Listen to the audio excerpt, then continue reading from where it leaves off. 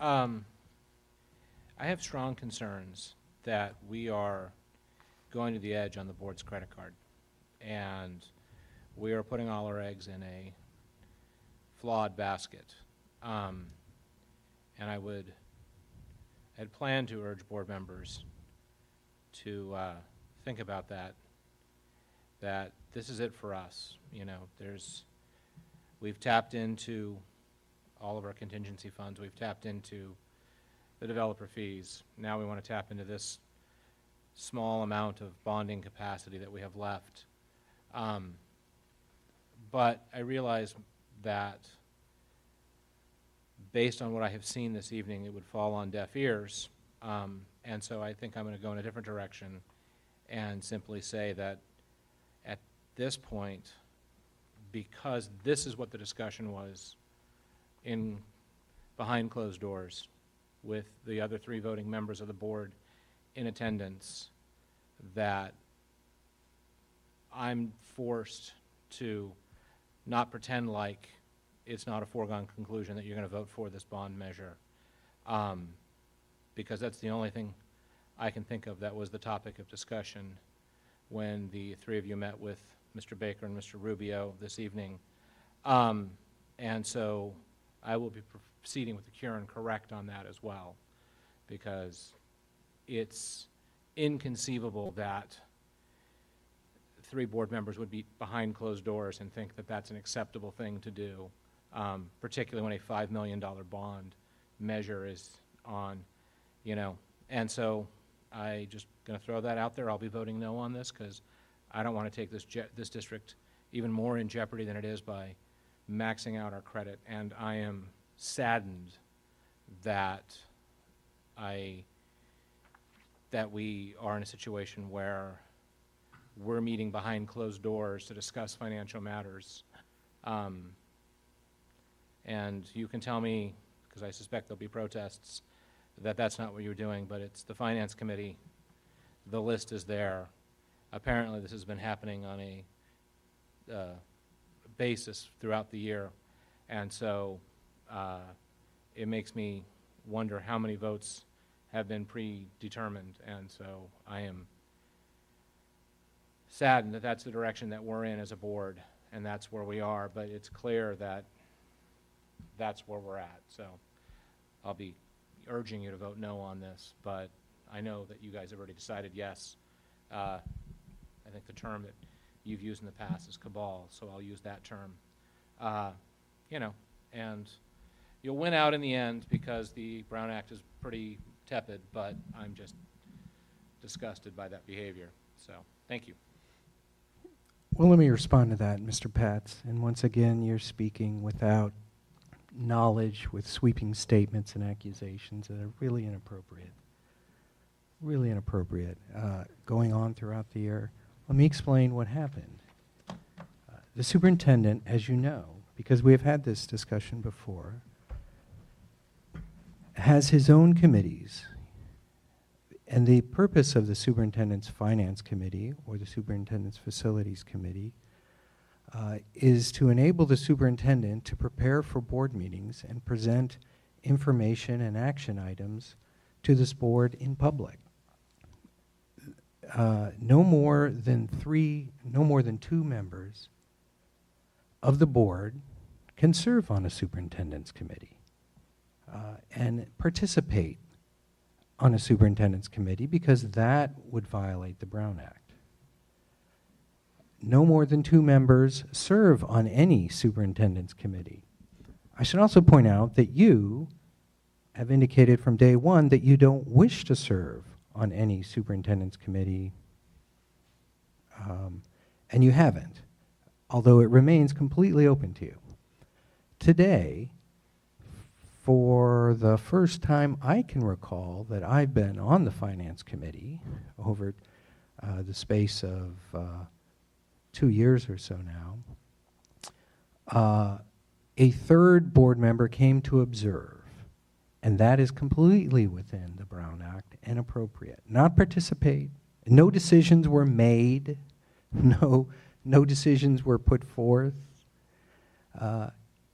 This list was discussed by the members of the Finance Committee and the superintendent so that we could facilitate a public discussion here with the public and the other board members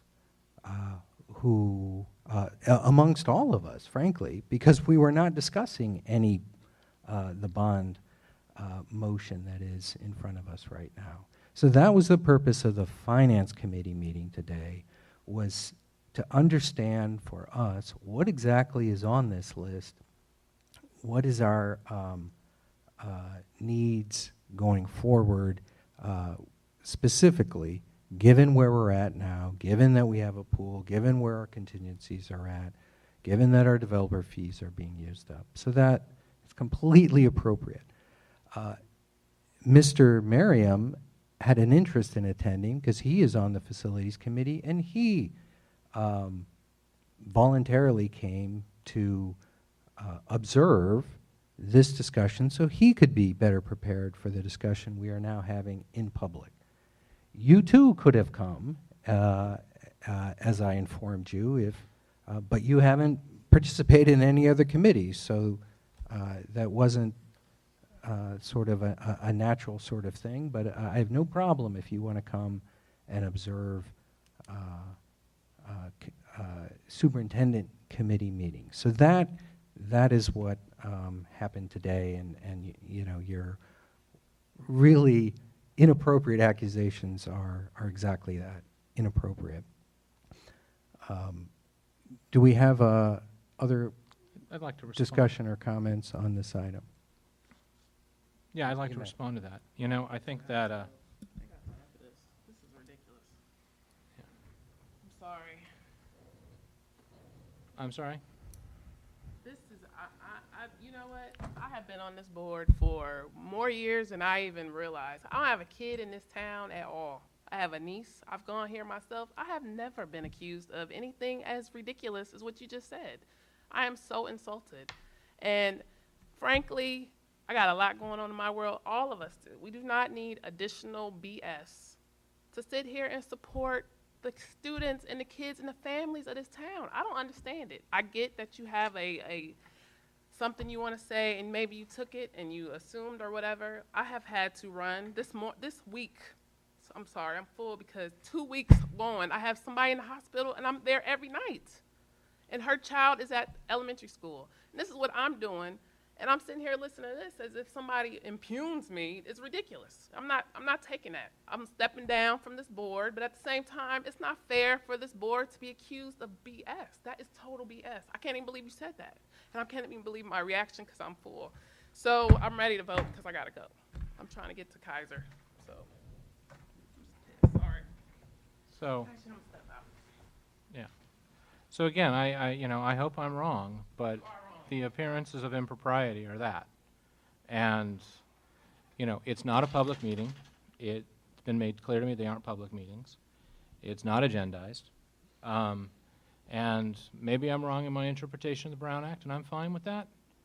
But doesn't mean that I don't, you know, doesn't change the fact that you had 3 board members behind a closed door, you know, and you can sit there and say, oh, yes, Mr. Merriam just discussed it. But again, I'll go back to the comment. You know, I asked Mr. Rubio. I said Mr. Merriam did not discuss it. That's what I'm sorry if I misspoke. That's what I intended to say. But I asked Mr. Rubio, I said, you know, that seems odd to me.